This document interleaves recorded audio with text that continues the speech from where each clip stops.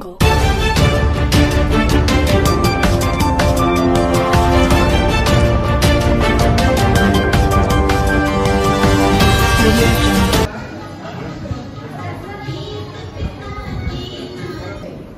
कहा जाता है नेकी कर दरिया में डाल, बड़ा सुकून मिलता है ना। नेकी करना है तुरंत दरिया में डालना है, फिर फल की इच्छा नहीं करना, किसी व्यक्ति से इच्छा नहीं रखना कि मैंने इनको मदद की, ये मुझे मदद करनी चाहिए, है ना। इनको मैंने इनके प्रोग्राम में सहयोग किया तो वो भी मुझे सहयोग देना चाहिए। एक्चुअल में अगर हम अपने पूरे जीवन को देखें तो हम ऐसी छोटी छोटी छोटी इच्छाओं के कारण दुखी है।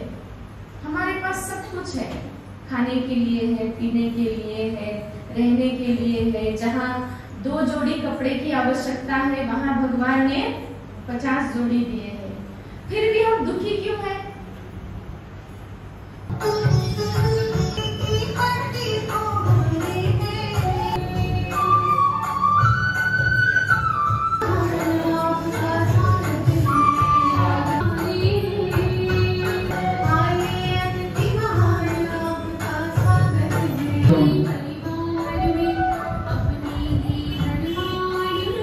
सम्मानित अतिथियों से स्वागत किया जाता है।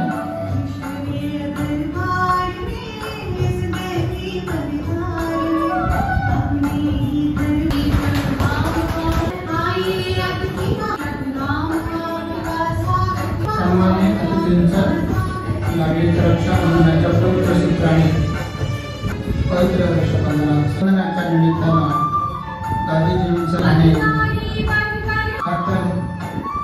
या ठिकाणी चाललेला आहे आणि डॉक्टर साहेब संध्याकाळी 5 वाजता श्रीकृष्ण जन्माष्टमी सर्व मातांनी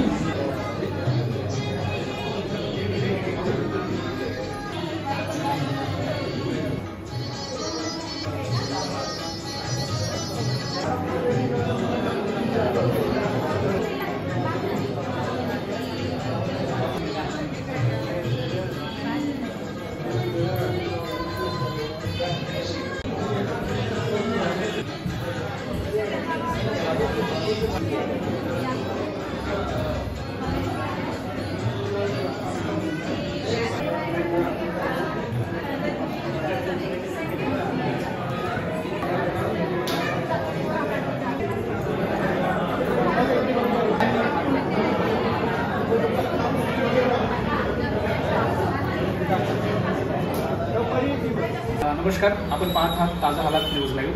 माझ्यासोबत आहेत बेंगलुरू येथील ब्रह्मकुमारी येथील बहिणजी. आज यांच्या या आश्रमामध्ये सामूहिक रक्षाबंधनाचा कार्यक्रम होता, तर त्या संदर्भात आपण बातचीत करणार आहोत बहिणीसोबत. तुमचं या चॅनलमध्ये खूप स्वागत आहे. या ब्रह्मकुमारी संस्थेच्या अंतर्गत आज जो तुम्ही रक्षाबंधनाचा जो कार्यक्रम केला, तर बाकी आणखी इथं काही असे काही कार्यक्रम याच्यात करतात? ब्रह्मकुमारी ईश्वरी विश्वविद्यालयातर्फे जेवढेही फेस्टिवल आपण सेलिब्रेट करतो ते प्रत्येक फेस्टिवल आम्ही ते सेलिब्रेट करतो. विशेष म्हणजे ब्रह्मकुमारी विद्यालयामध्ये जन्माष्टमी, रक्षाबंधन, दिवाळी असे सगळे सण आम्ही साजरे करतो.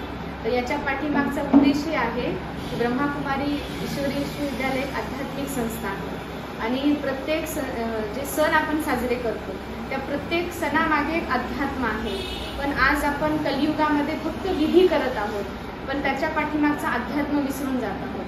कारण ते अध्यात्म आपल्याला नैतिक मूल्य शिकवतात. जसं आपण रक्षाबंधन हा फेस्टिवल साजरा करत आहोत, या रक्षाबंधनाच्या पाठीमागे अध्यात्म काय आहे? तर बहीण जेव्हा भावाला राखी बांधते, विधी आहे. बहीण भावाला पहिलं तिलक लावते, मग नंतर त्याच्या उजव्या हातावर राखी बांधते, मग त्याच्यानंतर भावाला गोड खाऊ घालते, मग आरती करते. तर याच्या पाठीमागे अध्यात्म काय आहे की बहीण भावाला जेव्हा तिलक लावते तेव्हा भावाला हे स्मृती करून देते बहीण की भाऊ, तू हे देह नसून देहाला चालवणारी चैतन्य शक्ती, ज्याला अध्यात्मामध्ये आत्मा असं म्हणलं जातं, ती आत्मा शक्ती तू आहेस. आणि भावाच्या उजव्या हातावर गाठ बांधते राखीची, एक धागा आहे ज्याचं गाठ बांधतात. गाठ बांधणं म्हणजे दृढ निश्चय करणं. तर बहीण भावाला एक संकल्प करवते त्या दिवशी. कोणता संकल्प? की जसं तू मला माझी बहीण समजून निस्वार्थ दृष्टीनं पाहतोस, तशा प्रकारे संसारामधल्या प्रत्येक नारीला पवित्र दृष्टीनं पहा. या संकल्पाची गाठ त्या हातावर बहीण बांधत असते आणि या संकल्पामध्ये भाऊ विजयी व्हावे. जेव्हा आपण एखादी शुभ कार्य करतो, शुभ कार्यासाठी जातो, तर आपल्या हिंदू धर्मामध्ये काय केलं जातं? गोड खाऊ घातलं असतं सकलतेच्या कामनेसाठी.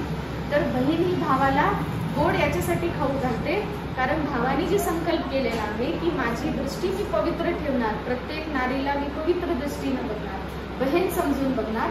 त्या संकल्पामध्ये माझ्या भावाला विजय भेटो, सफलता भेटो, त्यासाठी ती स्वीट खाऊ घालते. आणि त्याच्यानंतर विजयची कामना आहे ना. पहिले जेव्हा राजे लोक युद्धासाठी जायचे तेव्हा जात असताना त्यांची आरती केली जाते. आरती माना विजयची कामना. तर माझा भाऊ जो संकल्प केलेला आहे त्या संकल्पामध्ये विजयी व्हावं, या विजयीच्या कामनेची बहीण आरती करते.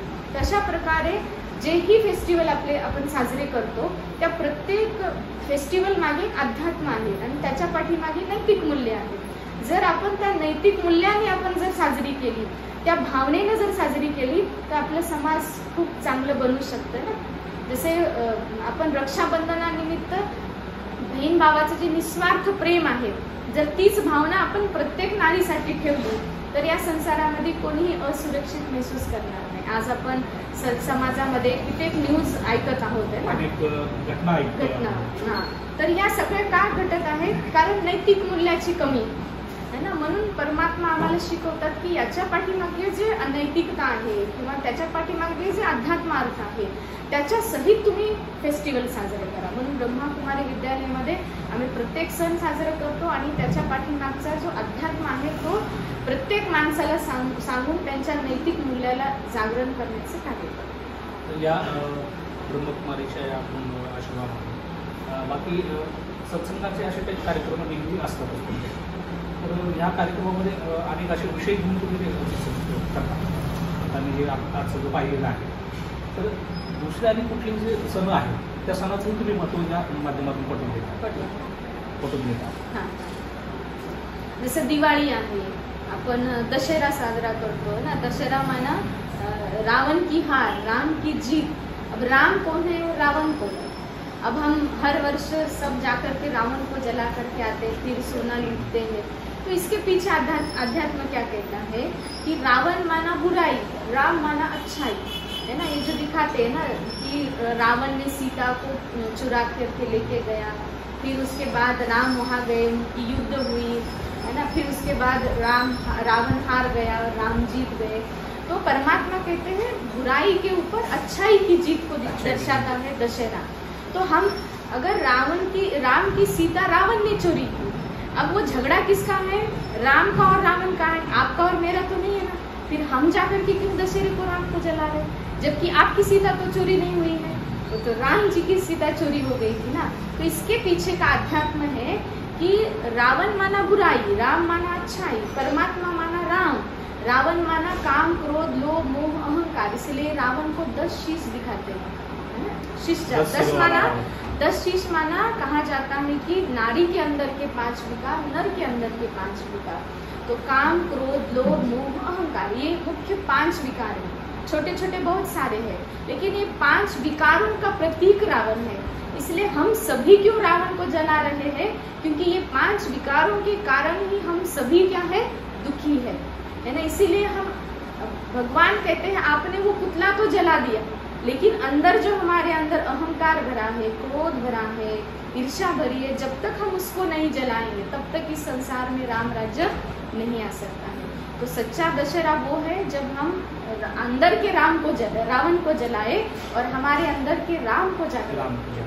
इसी का यादगार दशहरा. तो इस प्रकार से हर फेस्टिवल का जो अध्यात्म है अगर उसके साथ हम मनाएंगे तो ये संसार बहुत जल्दी राम राज्य हो सकता है.